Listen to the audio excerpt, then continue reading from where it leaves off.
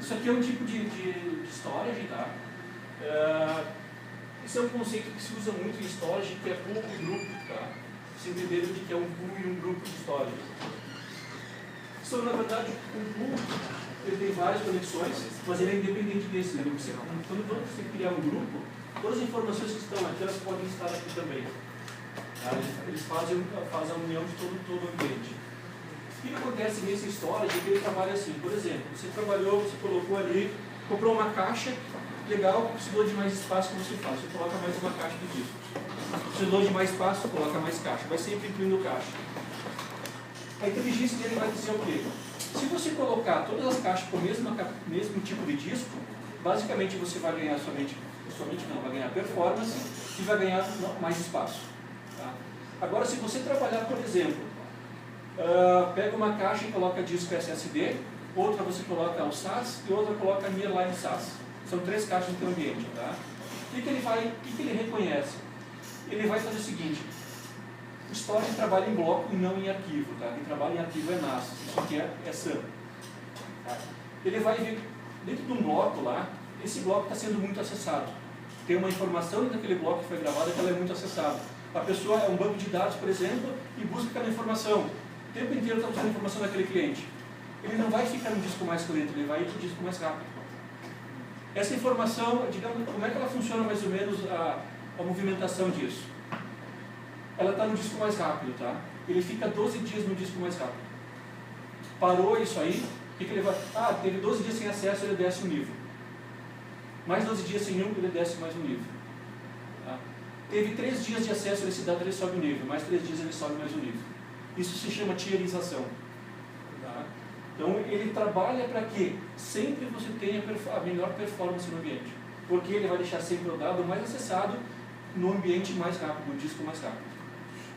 Tá?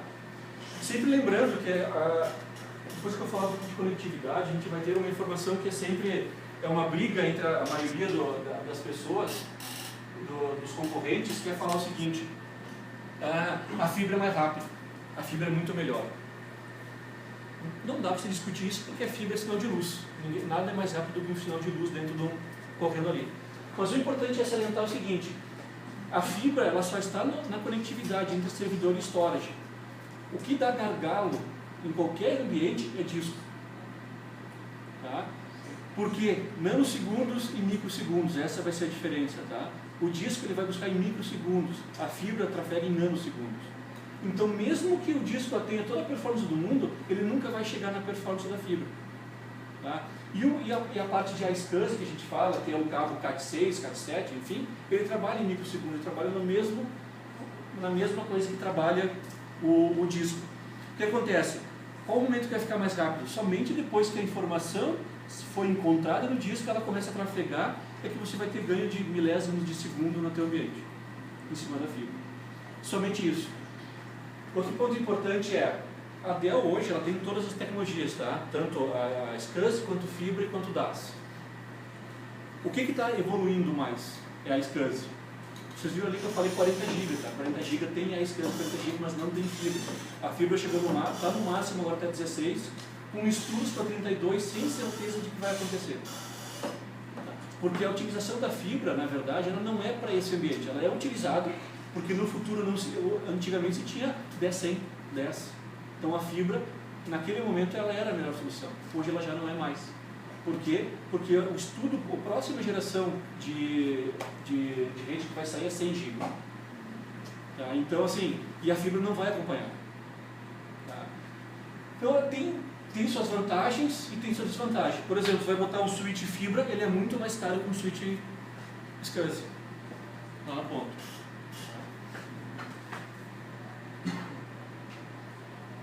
Vamos ver sobre o que a gente vai falar. Vamos falar aqui sobre as diferenças do storage.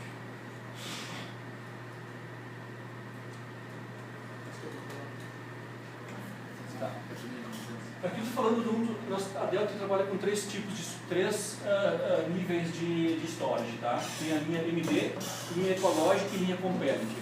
A linha MD é uma linha de entrada, para a gente botar para um data center seria sacanagem com o cliente, tá? Porque ela não é para isso. Ela não é para um crescimento. Não sei se alguém já ouviu falar do termo frame e frameless. Tá? O que acontece? Aquele storage anterior que eu falei, cada vez que você coloca uma caixa nova de disco para ir aumentando o espaço, ele aumenta a performance também. Porque cada vez que você coloca uma nova caixa, tem um novo cache sendo adicionado ao sistema. Então ele começa com 4 GB de cache em cada controladora, sempre controladoras redundantes. Tá? Então 4 GB trabalhando, parou essa, começa a outra a funcionar. Tá? Então tem 4 GB. Para que você bota uma outra caixa, você começa a ter 8 GB de cache. Aumenta o throughput que você pode receber na tua rede. Bota a terceira, vai para 12, e assim por diante. Então, cada vez que você bota uma caixa, é como se colocasse mais performance e mais disco no ambiente. Isso se chama frameless. Tá? A linha AMD é a frame. O que acontece? Ela tem um storage principal, que tem os cache, e esse cache nunca é alterado. A caixa que vai abaixo é uma caixa burra, que só tem disco, que é controlada sempre pela primeira caixa.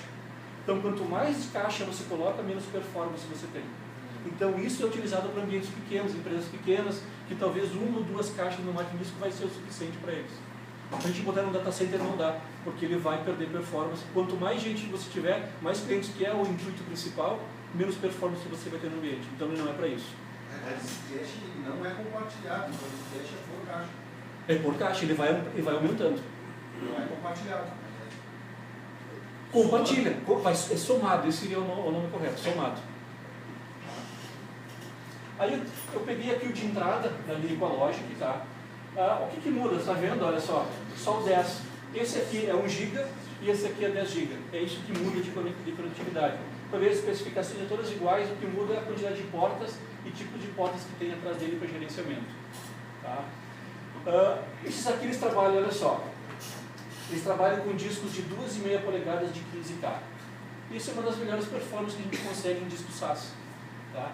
Por quê? Porque ele é um disco menor, de 2,5 polegadas, e tem 15.000 rotações, que é a velocidade maior que tem em disco SAS. Tá?